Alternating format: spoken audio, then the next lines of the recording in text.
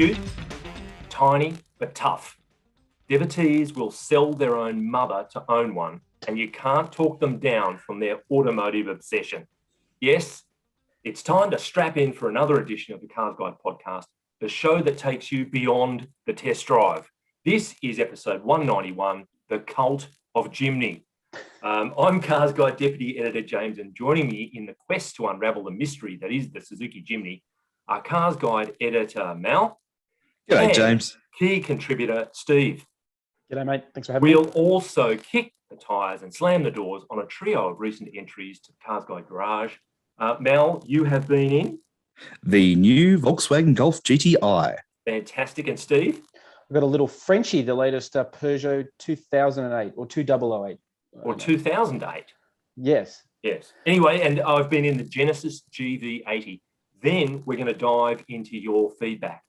YouTubers, if you want to plot your own adventure, you can jump ahead courtesy of the time codes in the notes below, and you can click on the chapter markers in the timeline. So let's hit the start button. Jimny, gentlemen, the catalyst for this was a story from our very own Justin Hilliard, who noted that in Europe, there is now a light commercial version of the Jimny because really it's around emissions regulations and LCVs aren't as targeted as it were, in terms of their emissions. So they've just taken the back seats out of the Jimny and called it a van, basically. A pretty obvious ploy. But it just got us thinking more about Jimny. A lot of people had read that story through the week, so anything that has Jimny on it tends to click pretty well on our site. Are you guys fans? Steve, are you a Jimny fan? Are you on the fence? Are you against it? Where do you sit? No, you know, I am a big fan. I have actually driven one in a while now. It's probably been a couple of years now since when it first launched that I've actually driven one. And I find myself wanting to drive it again. You know, yeah. I've actually, recently I'm like, man, I really want to drive a Jimny. I haven't driven a Jimny in ages. I really should review that again. So it's withdrawal. Yeah, it's not a great car. And that's what makes it a great car. You know, like it's a little bit crappy in some respects, right? Like as an on-road car. Yeah. I would argue that it is an excellent car. Oh. Wow. Mel's not trucking any crappy. But with a very focused key bunch of competencies. Yeah. Like I say, it's not an all-rounder. Yeah, I think its flaws make it appealing. You know, I think there's too many cars are too homogenous. And I think that's part of the appeal of the Jimny is that it's different, you know, and it's fit for purpose for sure, right? Like it's one of those things. I just like the fact that it looks toy-like, that it has this kind of gadgety, toy-like quality to it. Yeah, it's got so much capability when you actually take it off-road. So it's a surprise package, really.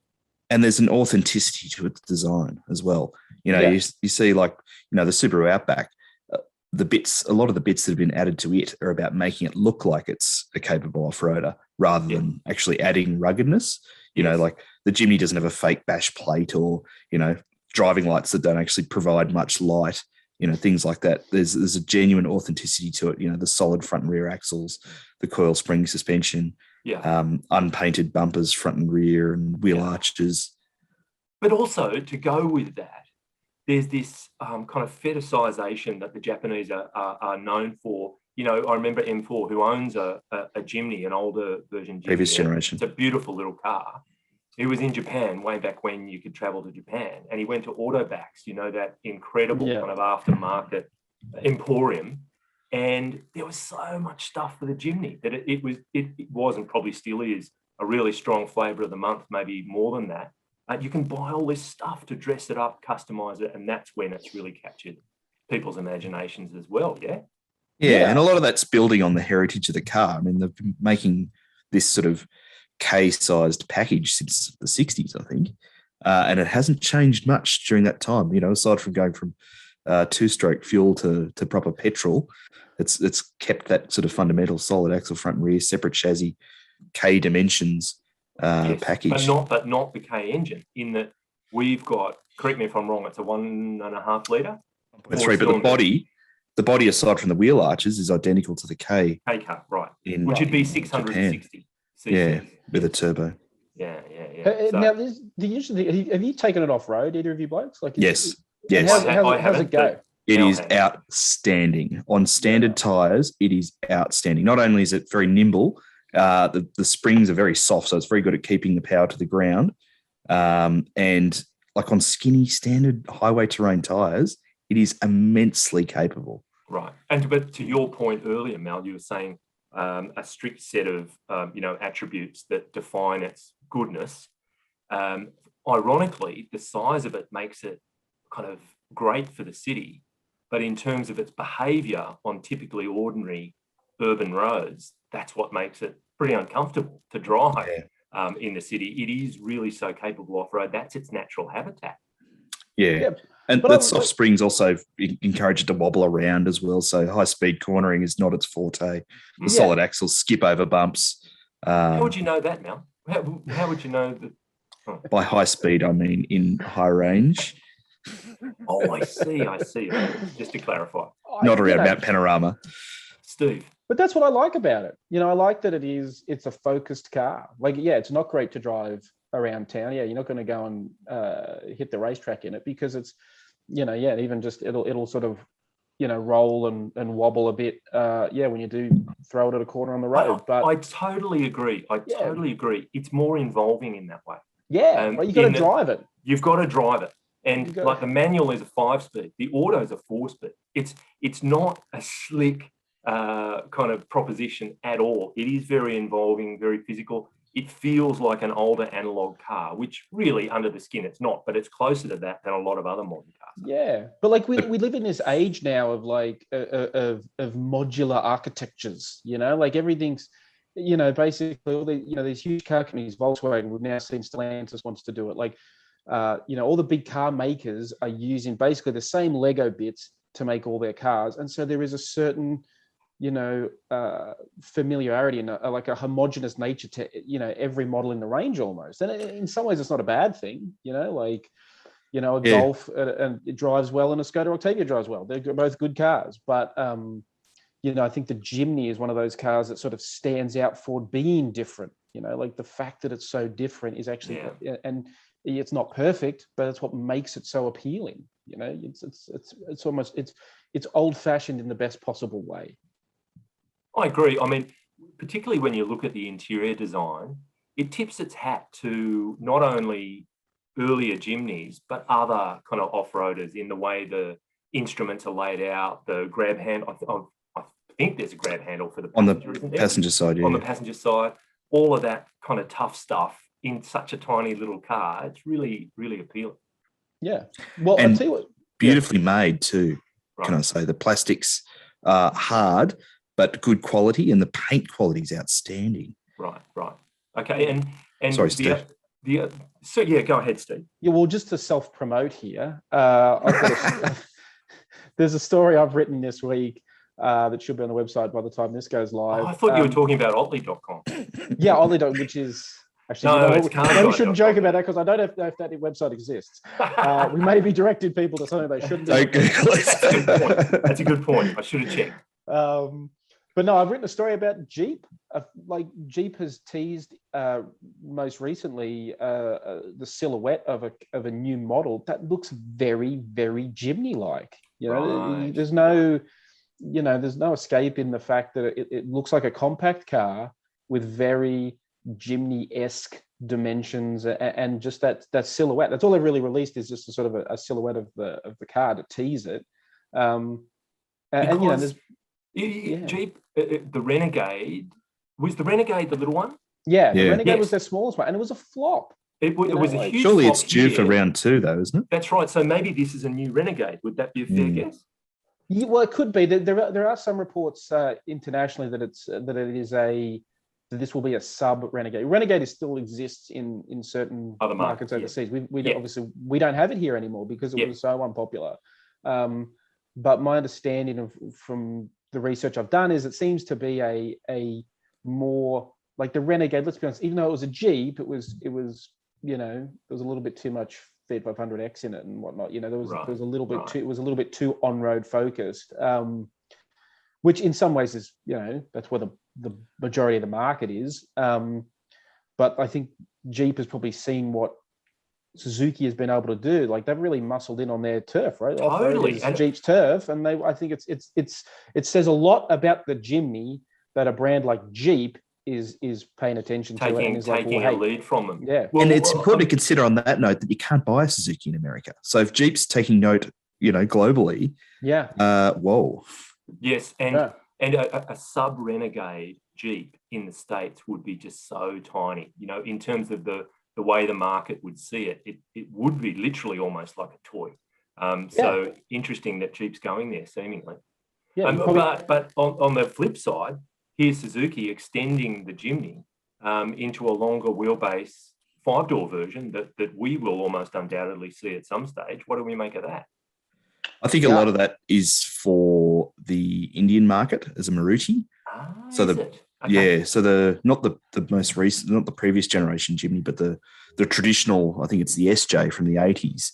I think it's still produced over there in long wheelbase form as a sort of a glass bodied wagon type thing. Now that car's getting pretty long in the tooth, but it's immensely successful.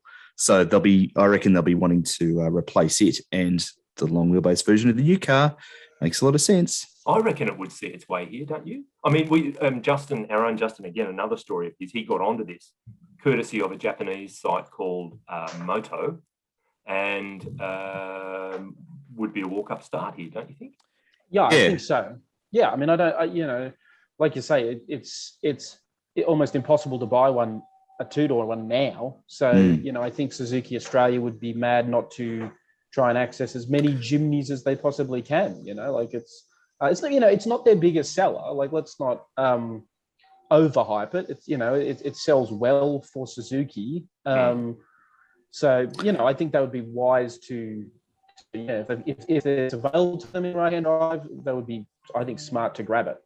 Yeah, I think it'll come down to whether it's produced only in India for India, and whether they're building enough of the safety gear into it for India, because India has far lesser safety requirements than us.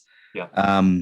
But having said that, we've seen Indian-built Suzukis in Australia before, in the Alto and the APV. Yeah. You never know. Yeah, you never know. I mean, the other thing too is, like, we talk about the van version of the Jimny in Europe, getting rid of the back seats. It's not a huge loss. It's not a big back seat. And we've had that here before. I used to own one. Yeah. Yes, that's right, Mel. You had what was it, Drover? My Holden Drover, which was the rebadged Sierra with square headlights.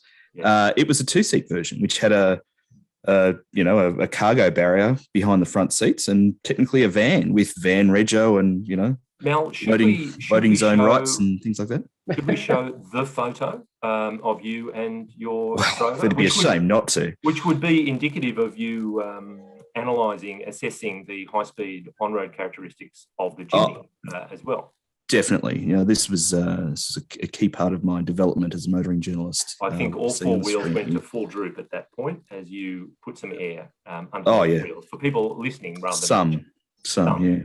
Interesting. Anyway, outstanding car, but you don't miss the back seat. Although having said that, I have put 2 child seats in the back of the current one, and it was really good. Right. It's a pain to load kids into the second row, but you open the back door and load them over the back seat. Right. Well, that was might have a photo of that too.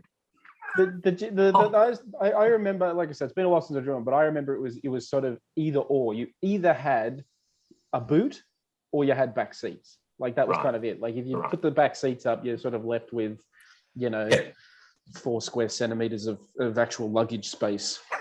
Mel, what did you use to load the kids in? Was it some kind of forklift arrangement, or did you actually just do it manually when you were going through the back door there?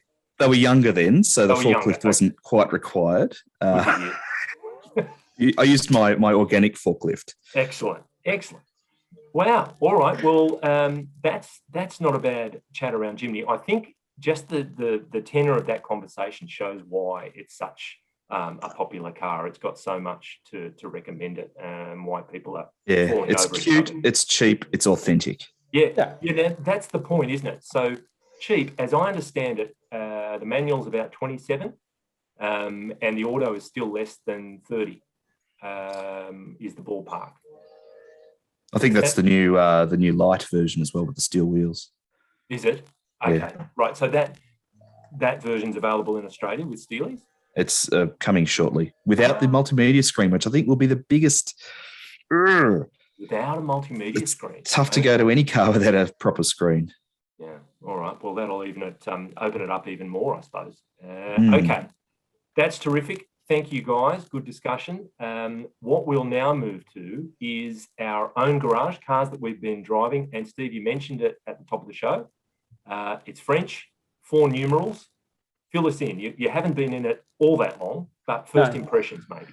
Well, yeah, being Sydney based, not many places I can go driving to. But yeah, I personally have been a big fan of Peugeots recently. I think, since the, I guess it's current generation 308, and we've seen the 3008 and 5008. I think they've all been, frankly, underrated cars. I think we tend to look at Peugeots and French cars in general as, the most overused cliche word in motoring journalism for a French car is quirky. Right. But I don't think they are. I don't think Peugeots are quirky. I think they're just good. I think they're quite stylish. The 2008 is another good example of that. Like the interior is really nice. I'm not 100% sold on this whole iCockpit thing with the really small steering wheel and the high set dash. Like I can never quite get comfortable. Hate it. Yeah. Anyway, it's just, you two are obviously taller than most French people. Yeah. Whereas I'm clearly bang on because I love it. I'm fine with it. Yeah. I don't know. To be you. Yeah. I don't know. What do you guys think about French cars? I mean, particularly Peugeots. I think, you look at them in Europe and it's just there's a border between a French car and a German car. And Europeans sort of see them like that, Peugeot is interchangeable with a Volkswagen, but not here. In the interest of transparency, I did work for Peugeot for a while, back in the day. It was some time ago now. But I think part of that is the brand, the way people perceive the brand. The Germans have an advantage in that Germany is seen as an engineering nation. If it's German-made, wow, that's got to be good. And that rubs off massively in terms of the cars. German cars are seen as, whether they are or not, the perception is they're seen as high quality, well-engineered things. Yeah. France is well known for wine, cheese, fashion, perfume, other things, but not cars. They're not seen as a core car building nation. And the brand has not had a lot of just straight up promotion. It's very low and barely a blip on the radar, And there's been some dramas in the past. Well, look, as a long time and multiple Alfa Romeo owner, I understand the concept of past perceptions impacting future, purchasing decisions.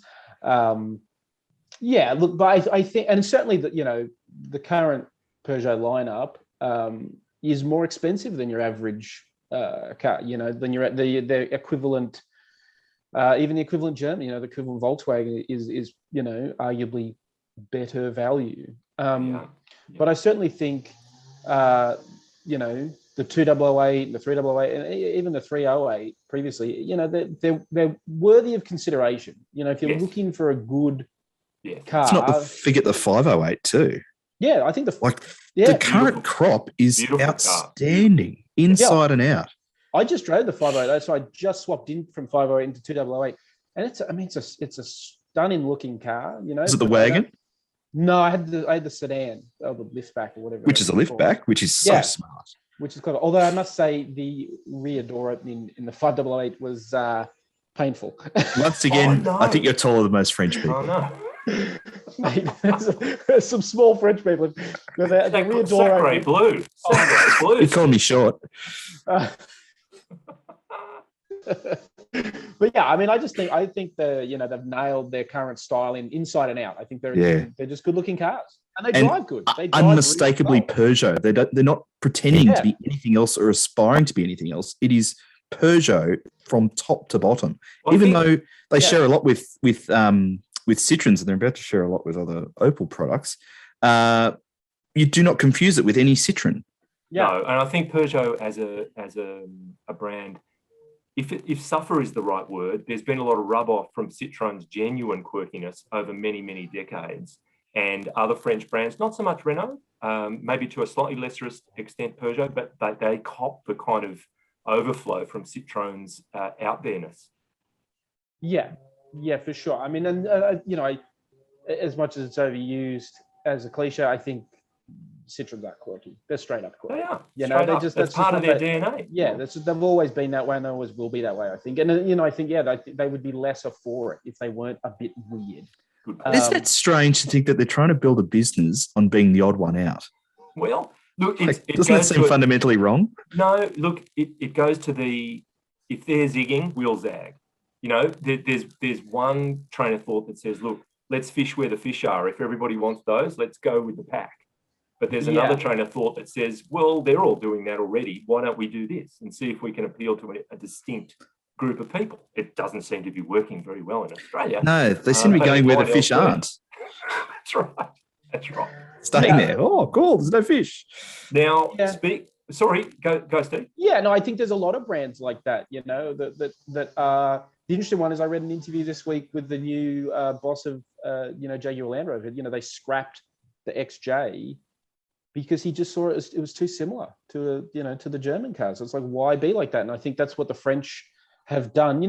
But again, I think getting back to it, the Peugeot, particularly 208, it's not that far off. It's Volkswagen equivalent. It's a very good-looking, well-driving compact SUV. That is a perfect segue to thank you, Steve. Mal, you have been in a Volkswagen. You've been in the latest iteration of an iconic Volkswagen. Not in any way quirky. Tell us about it, please. As we said at the start, I finally managed to drive the new Mark 8 Golf GTI, the Volkswagen Golf GTI, this week. And it's actually my first taste of the Mark 8 in general. It's confirmed my expectations that it's more like a step change like we saw with Mark 5 and Mark 6 rather than all new car. But that's fine, because how good was the Mark 7 several years into its life? But the GTI, as always, has a very tricky job on its hands. It's not just the original, what many regard to be the original hot hatch. But since the Mark 5, I think it's represented this fantastic balance between performance, refinement, and practicality. And it's nailed it again, can I say? Go on, Steve. Have you driven it? Has anyone else driven it? I've driven it, but only out at Luddenham. Did the launch, right? Yeah. I'm going to say what I like about it, what I think the issue that I personally have had with recent GTIs, and I don't disagree that it is a good balance between performance and refinement and practicality, but I think what they did in the most recent iterations was go too tech heavy. There was too much gizmos and gadgets and things like working in the background when you're trying to drive, diffs and transmissions and all that sort of stuff, just doing all this, effectively interfering, like the appeal of the hot hatch to me has always been that rawness, small car, big engine, go for it. Right. Obviously you want it tuned up. But it should be fun, right? It should be fun and engaging. And I think that Volkswagen kind of lost their way a bit. They got very technical. It was amazing. It was really quick, but it wasn't like, it didn't have a lot of heart to it. It was a bit too, technological. Interesting. Yeah. Rather than fun, right? Which is what a hot hatch should be. Where do you reckon the Golf 8 GTI sits on that? I think that's the thing that I really like about it, is they have rediscovered some of that fun. That maybe it's still got the gizmos and the technology, and it's still a very high tech car. Like it's not like they've dumbed it down. Yeah. But the way they've tuned it is just allows you to have, you as the driver can have a bit more input and a bit more fun. I find that quite surprising to hear, because I haven't had the benefit of driving it on the track, but the fact that the exhaust is now quieter sort of makes it sort of pushes that balance more towards premium luxury rather than sort of naughty plaything. But it's good to see it substantiates it in the ultimate environment. Yeah. Well, I think that's the track. I was lucky enough to drive the previous generation on the track, and the 6 on the track, and you can, so to me, like just comparing like for like, I haven't driven it on the road yet. Yeah, because that's really where you really notice it, right? Like on the road, it's great, and you've got all that. Like it's a big safety net, and it's great. It should be like that. You shouldn't want to like be worried that you're going to fall off the road because it's out of control. But on the track, when you really, really push it and really get to the edge of its limits, you want to be able to have some fun. And well, Steve, that's just part of your push to lower the production car lap record on every circuit in the country. All this track work that's a byproduct of driving the Golfs is just a sideline. Yeah, I mean, just as long as it's my name on that honor roll. Yeah, fantastic. But now, other thoughts? Yeah, so it is now a $53,000 starting price before on-roads, which sounds like a whole lot of money. And like I think a lot of us like to think of it as the $40,000 benchmark, and 53 is now a long way from that. But the thing is, Australians have been lapping up these cars with all the options fitted. Whenever they launch a special edition, we just jump on it. So Volkswagen Australia would be mental not to embrace that. So they've gone with the market, and that's why it's a $53,000 car, and it comes pretty well stocked. Well, again, just need to accept it. Yes, just to lavishly self-promote. Otley.com.au. If you, well, to be fair, these are all on CarsGuide.com.au. Okay, very good. I wrote a piece last weekend on the rising cost of hot hatches in this country. The Golf, I believe it was the Golf and the Golf GTI is going to be Fiesta expensive. ST have jumped up more than 25% in the last 6 years. Like it's a huge jump. They have gone from sort of low to mid 40s to, so I mean, 53 is basically where the Golf R has been sitting previously. So it is a huge step up. And I think for some people, it's probably a step too far. You end up going to be, you're going to be missing out. I mean, in some ways, I think the smartest people are the ones who've just bought a Golf R for about 54, which is where it's been. You get an all-wheel drive, you get the more powerful engine, because the new Golf R is not a huge step forward in that regard. And can I just reiterate, the smartest people were the ones who bought the Golf R grid with the cloth seats. It was. Well, it's the life of a product planner, isn't it? You've got to have a sixth sense for demand, where the market's going, what the competitors are doing, the product that's coming down the pipeline. Gosh, how do you juggle all of that and price a product and spec it appropriately? Yeah, but to Mal's point, people buy this is talking to Volkswagen. This is the thing. People want the premium car. They want the DSG gearbox. They want the trick diff. They want the big infotainment system. So with WLTP was a big issue for them. You can't just have 5 different variants. You can't have a cloth trim manual 3-door anymore. You've got to sort of focus in on what are the people buying. Well, they're buying 5-door DSG with the good sound system. Let's sell that one, and if it costs 53, it costs 53. But it is, like I said, the whole segment, like that whole hot hatch market, from even the smaller Polo GTI class, they've all moved up. Even i30N has moved up in the last 2 or 3 years since it launched. Like, what I would say to that is, in other parts of the market, I don't think it's necessarily the case with a car like the Golf GTI, but if it's a more mainstream mass model, and you sense that people are throwing in the options and the big seller is a fair step above the entry price, all right, well, let's bring that car in. That's failing to recognise the role of the price leader to get people's interest in the first place, to get them in the showroom, and they might be walked up to the model that people typically buy. So slightly different state of affairs, but you can be kind of swayed by these numbers without thinking of the slightly bigger picture. I reckon Volkswagen Australia would be relying on the Polo GTI for that. Right. Because it's significantly cheaper, but almost as quick.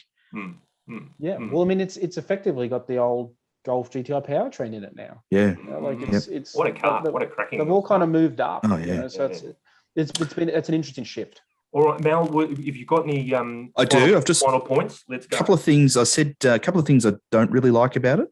I think the exhaust is. I don't mind the lack of noise, but I think that the Octavia RS, which is its mechanical twin, makes more noise, and I think that's more appropriate. But it's not a big thing; it can easily be fixed. But I think the wheels are a bit soft. The appearance of the wheels. I think since since Mark V, the wheels have been a key visual distinction between it and a regular Golf. And, the Mark V wheels with those, and 6, those Detroit 5-hole sort of Lambo-esque wheels. Is it a problem with the alloy, Mel, that they're soft? Can you actually put your thumb in there or something? That sounds like a major safety No, just a safe aesthetic, I think they've gone with. Okay, fine. So Mark VI with those 5 spokes with the aggressive sort of, leaping spokes. But these ones, I think, look more the ones that are fitted to the Australian ones, at least, I think are more akin to something you'd see on like a Golf Highline, like a comfortable Golf. But you look at the ones overseas, and I don't think they're particularly special either. And I think it's a shame because it used to be like a landmark moment, and everyone would go and copy the Golf GTI wheels. They just look like wheels. They look like wheels. They look like a wheel that Volkswagen has yanked from the parts bin, as opposed to specifically designed for the GTI, which say the Mark V wheels were iconic. They're just they help define the shape. And they still look awesome. Yeah, and never easy to be to clean too. underestimated, is it? The impact of the wheels. I mean, they're obviously a huge design feature on any car, but they do make a mega difference. But I think particularly with the Golf, because they keep the GTI so visually discreet, and then there's the wheels. It's like wearing a tracksuit, but having bright red lipstick or something like that. Yeah, which is I've seen you in that mode, Mel, and it stands out, and it is something people wait for. I'd like to think I pop wheels on the GTI. But the other thing, sorry, James, if I'm carrying on here. Keep going. No, keep going. The DRLs in the bumper, I really wish Renault hadn't thought of it first. It's a shame. Because Golf GTI is always the leader, but they look so Renault Sport to me. Okay. You disagree? No, I don't have an opinion one way or the other. Steve, what about you? Okay. No, I'm not passionately defined by DRLs. Mal gets wound up about this. Well, they're used as a signature, and as the face of the car. Mm. And I think Renault has had them for the last 5 or so years, and I think they've made it their own. And now here's Volkswagen with theirs, and Volkswagen should be inventing their own good call. Yeah, good visual call. hallmark. Yep. Yeah. Well, but I think that sort of speaks to the GTI is not necessarily the clear-cut leader in that segment anymore, too. Like we've, i30N is a good car. Renault's a good, and with the new facelifted version with the dual clutch coming imminently, I think the GTI's got a big challenge on its hands. Yeah. So, and which is even with the dual clutch, it's going to be a cheaper car, several $1,000s cheaper. And so I think that's where it gets back to that price, where if you're looking to buy a hot hatch, if you don't have more than $50,000 to spend, well, then Golf GTI is off the list now. It's just not an option. So, if you're budget limited, so it is what it is. Yep. Mel, we draw a line under it. You got any more? They're done, but I still think it's nailed its brief. I think it's still an outstanding balance across those 3 pillars. Very good. Very good. Thank you. Now, I will finish things off in the garage with a Genesis GV80. The one I've been in is the 3-litre D Lux. So it's a 7-seat, 3-litre turbo. Yeah, Lux. It's the Deluxe? No, just Lux. Okay. It's the D. You made it sound in like Lux trim. Oh, beg your pardon. Deluxe. Okay. No, it's not Deluxe. Well, it is Deluxe, but the name is Lux. Okay. And it's a 7-seat, 3-litre turbo diesel 6, 204 kilowatts, 588 Newton meters, kicking in, starting from 1,500 RPM, 8-speed auto, all-wheel drive, 113.5 grand. So in terms of the pluses, I actually love the look of it. I think Genesis has got its kind of design and styling game face on, and those cars to mine look pretty good. The kind of 2-stripe headlights and tail lights. I for one, it's a subjective call as always, of course, but it's something that pushes my buttons. I quite like it. I personally am not a huge rat for the look. Yeah, I think it's almost it's a little bit like poor man's Bentley Bentayga. There's that giant grille. That's what I love about it. Yeah, I get it's a plus and a minus. And if you actually look at who the designer was of Genesis, Luc Donkervolk has Bentley and Lamborghini in his past, and you can see elements of Bentayga and even Urus in the design. You know, it's clearly like a theme for him. You know, I think it's the good elements without the bad. I think with the Bentayga and the Urus, they've been forced to. Oh, hang on. By the way, make sure it's identifiable as a Bentley and a Lamborghini. Whereas I think it's been allowed to look like a good car. I think it was Luke Donkevog who at a motor show. I want to say it was Frankfurt, and Bentley. It was an American brand. Anyway, he yelled across the motor show floor, "You could have at least asked for the CAD files," because he thought it was such a copy of one of his cars, which I thought was a pretty awesome shout out. Yeah, but I mean, I guess he's copying himself rather than other people in some ways. But you know, like the quad light look. Personally, I'm not a huge fan of it. I'm not sold on it, but I do appreciate the fact that it is uniquely Genesis. Yep. It does give Genesis a defining. That's how you build a brand. It does. It's true, right? Look, it took Lexus a very long time to come up with their spindle grille to give them a definitive look. So Genesis, to their credit, has sort of quickly realized that you've got to have something to hang. Yeah, you got to give it a down the road presence of, you know, like when you see it coming, you know that it's a Genesis. So, you know, I sort of acknowledge that element of it is a positive. I have a bold statement. As always. Fire away. I think, yes, like Lexus, they've developed a unique look, but the Genesis one is appealing as well as unique. Yes, I mean, the Lexus at the moment, they tend to be a bit polarizing. You know, you're on board or you're very much not. I don't know whether it's that way. So, I mean, there's Steve's reaction. I'm not a major fan, but you're not kind of. I'm not drawing any Lexus in the back of an exercise book. Maybe the LFA and the LC, but. What are you drawing in the back of an exercise book these days? Well, you should be focused on your work, Mal. That's right. This is not time for doodling. We use computers these days. Let's move on. I want to say it also has quite naturally, because it's a big vehicle, has heaps of room. With that much torque, it does indeed pull like a train. It has plenty of pulling power. Good tech. Although, having said that, it's not as overtly techy as, you know, say an equivalent Merc with the screens and all of that. It's different. It's a little more traditional in the way they've treated all of that stuff. Lots of safety. Actually, I noted easy entry to the third row. It's little back there, but you can get in there pretty easily, which is sometimes a problem. I would say that the materials, high quality as they are, they somehow just don't present in the same way as they do in the German Big Three. You know, you get into an Audi or a BMW or Merc, and you just sense this, I don't know, there's this something, the quality of the materials, the way they're put together, it's different in the Genesis.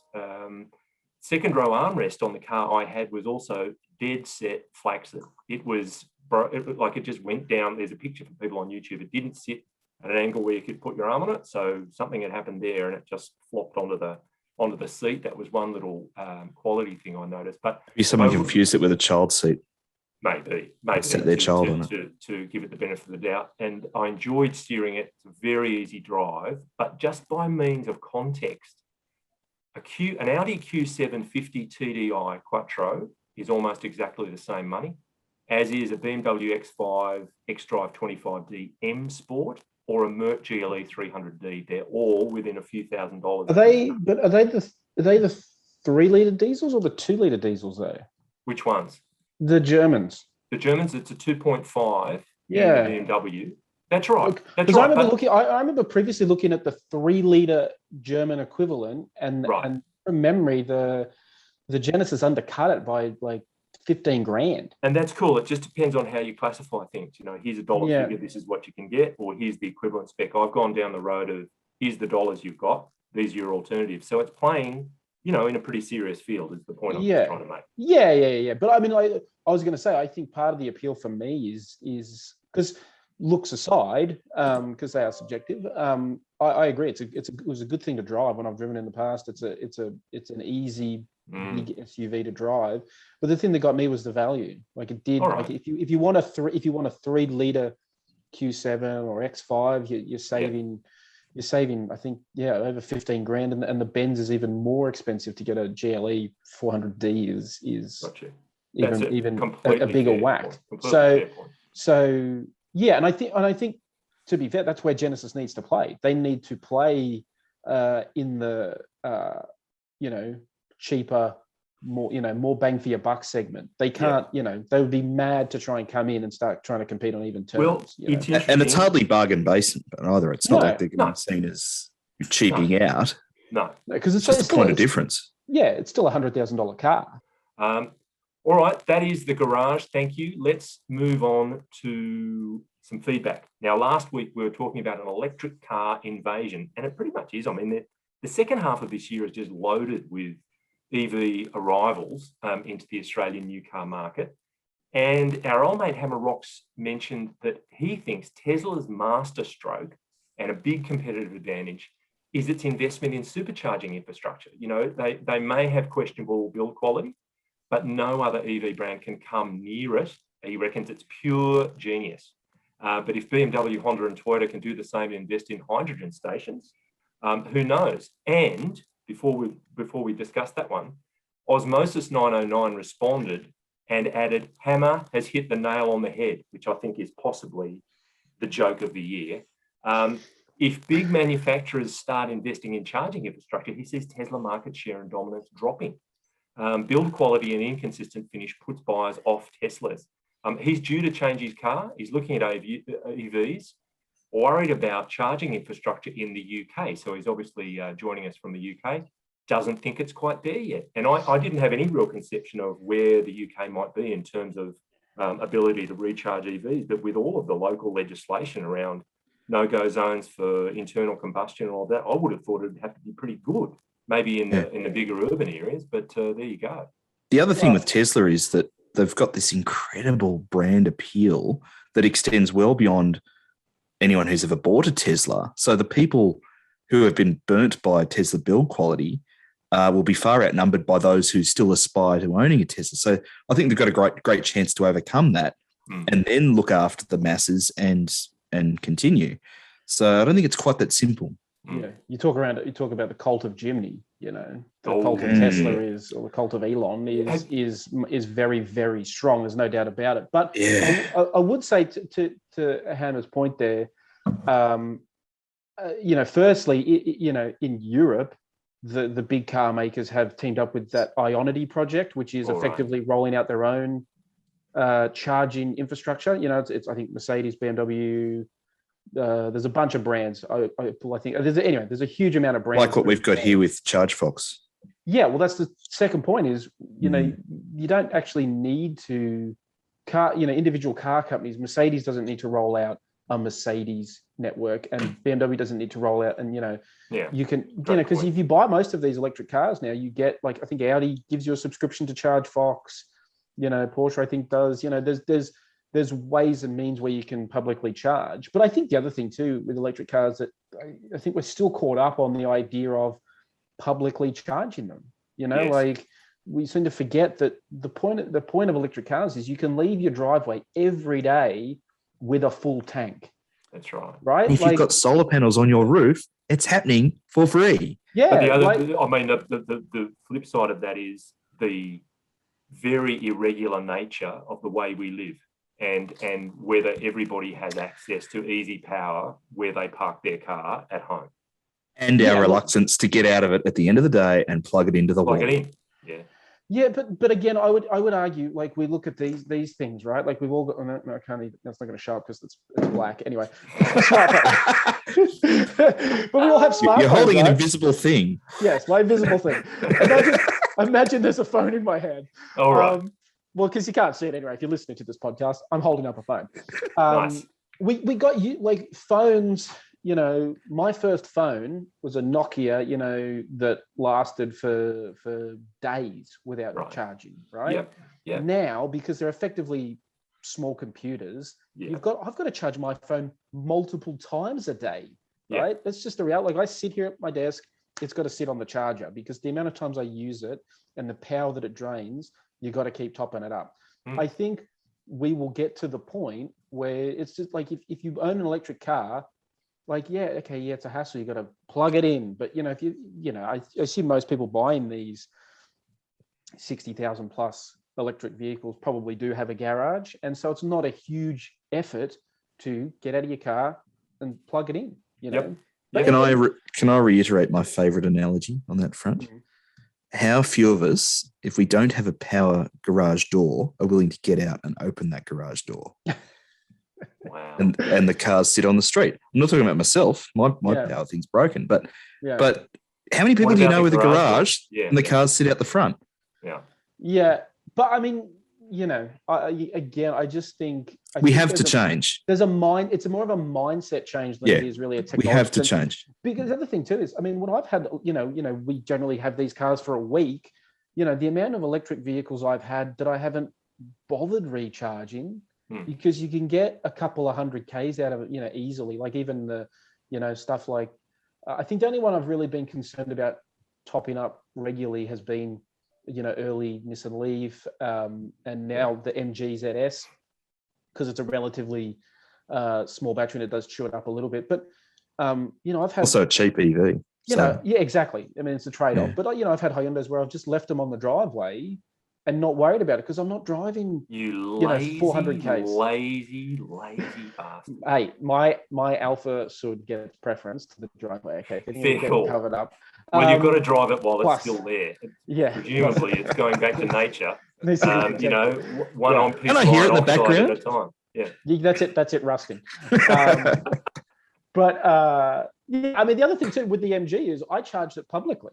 I would pick my kids up from my daughter goes to school near a shopping center that has public electric vehicle charging, and I can stop there, plug it in, collect her, get afternoon tea, come back, and in 30 minutes, 40 minutes, the trip is negated because I've got the same amount of charge when I get home as when I left. I wonder when we'll get to the tipping point where the number of dedicated EV parking spaces just becomes irrelevant, and there are so many EVs that's not a thing anymore.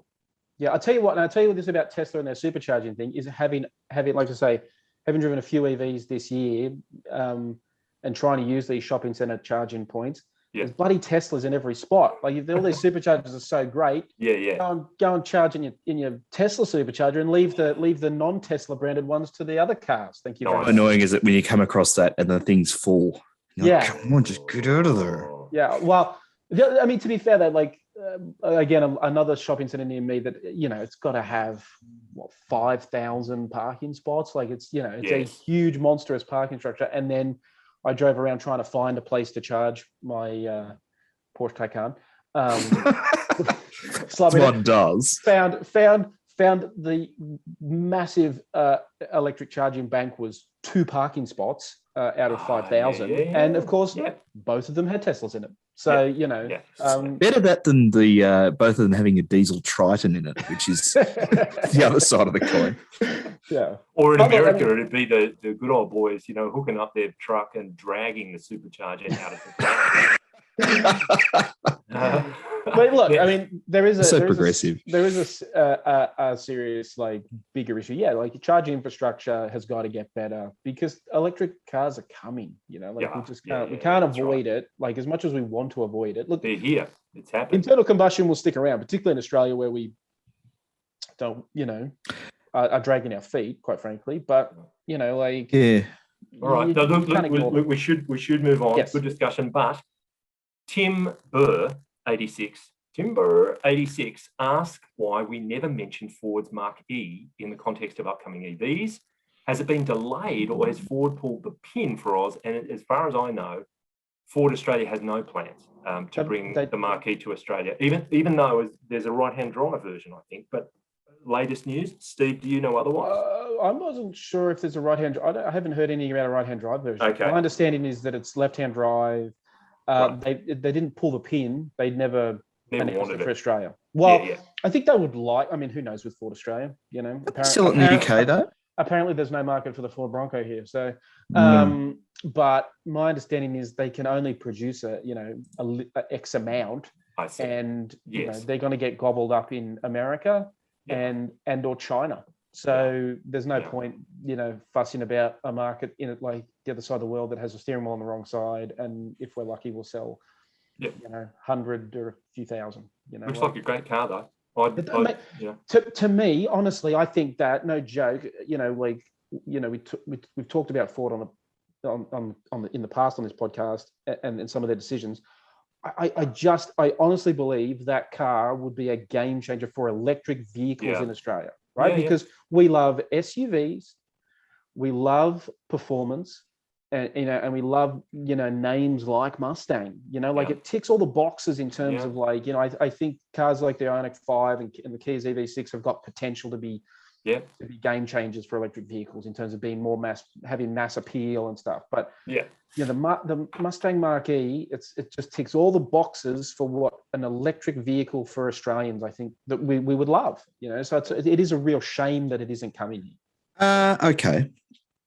Australians buy very few EcoBoost Mustangs. Yes, but we love an SUV. To Steve's point, I think it's a really clever extension of the Mustang sub-brand into a car that is more broadly desirable as an EV. I think taking the kind of EcoBoost version of the existing Mustang, I don't know whether it's that. I think it's a broader play on Mustang as a brand. Yeah, I think it comes down to whether the appeal of the SUV outweighs what we've come to expect from something with the Mustang badge. Cool. Yeah. And I think you would, as we've referred to it even in this chat as a Mach-E. Like it almost, the Mustang is almost like a secondary element to it. Like the fact that it's a Mustang, I think, would help people understand it's going to be performance. It's going to be a performance vehicle. And the new GT version they've released in the States sounds very, very rapid. So I think I believe they're selling quite well in the States too. Yeah. Totally. So, right, that's where it needs to sell. Let's keep going. Richard Neal made an interesting point. He says he's been following Sandy Munro's EV product auditing and says it's obvious how immature many of these electric car solutions are. Just look at the motor bay of the Mazda MX-30, and he's seeing clamps and hoses, which in Sandy Munro's world are points of failure. Many of the parts need to be better designed, simpler, and better integrated before he'd advise anyone to buy one. So Sandy Munro, I'm sure a lot of our listeners and viewers will know, is a person who makes most of his dough out of deconstructing, analysing, pricing, working out how cars are built, the quality of their manufacturer, the processes that go into making the car. And there you go. He's having a real-world impact on people's appreciation of the actual nuts and bolts of these electric cars. Yeah, I think that speaks to the fact that a lot of brands are at that point where they're just converting ICE vehicles, right? They're just, it makes sense. Like Mercedes, the EQC, I assume EQA, they can build. Yeah. They can stick a petrol engine in it, or they can stick an electric motor in it if they have to. It gives them the economies of scales they need. At this stage, because I think the market in general is still a bit immature, but it's changing, and you see brands now fully embracing electric platforms as bespoke electric platforms, because they see the benefit of it. There's packaging benefits and efficiency benefits that you can gain by just building an electric vehicle from the ground up. But no doubt some you could argue that it's corner cutting, but there's just an economic reality to what some of these brands are doing to get these cars to market, which is not to me not a bad thing. Yep. All right. Well, look, we'll move on to our final piece of feedback, which was Noel Gibson, and he says Toyotas are more gooder. Winky emoji and a thumbs up. And look, Noel, can I just correct your grammar and expression there? The term is more gooderer. All right, thank you. I don't want to be pernickety or pedant, but straight from the deputy editor. It's more gooderer. Okay, that's good community advice. Keep that in mind, Steve. With that, we might want to change those weekend pieces. I'm gonna try and get gooder into my next story. Thank you, Mal. Thank you, James and Steve. Thanks, boys. And thanks to our Ayatollah of the Rock and Roller, Knowledge Navigator and VP of Facial Hair, Mr. Pritchard, for his digital dexterity and commitment to the CarsGuide cause. Today, he's wearing a T-shirt saying, "If I were joking, you would be laughing." wonderfully absorbent astronaut shorts, and hoof boots. People on YouTube will see what I'm talking about. Jump into the conversation. CarsGuide is on Facebook and Instagram, or email us at comments@carsguide.com.au. Apple Podcast listeners, please take a moment to rate and review the show. 5 stars is the preferred assessment. Anything less than that, let us have it with both barrels. As we always say, it's okay to learn. If you enjoyed the episode, make sure to subscribe to the CarsGuide YouTube channel so you can stay on top of all our latest content. But before we go, Wazza and Boof were standing in the middle of a narrow bush road near a bend, having a yarn and not taking much notice of anything else. Sure enough, out of nowhere, around the corner comes a car at high speed. At the last moment, the driver spots Wazza and Boof, slams on the brakes, but crashes through a gateway into the paddock beside the road. Wazza says to Boof, "Did you see that, mate? If we'd been standing in that field, we would have been killed."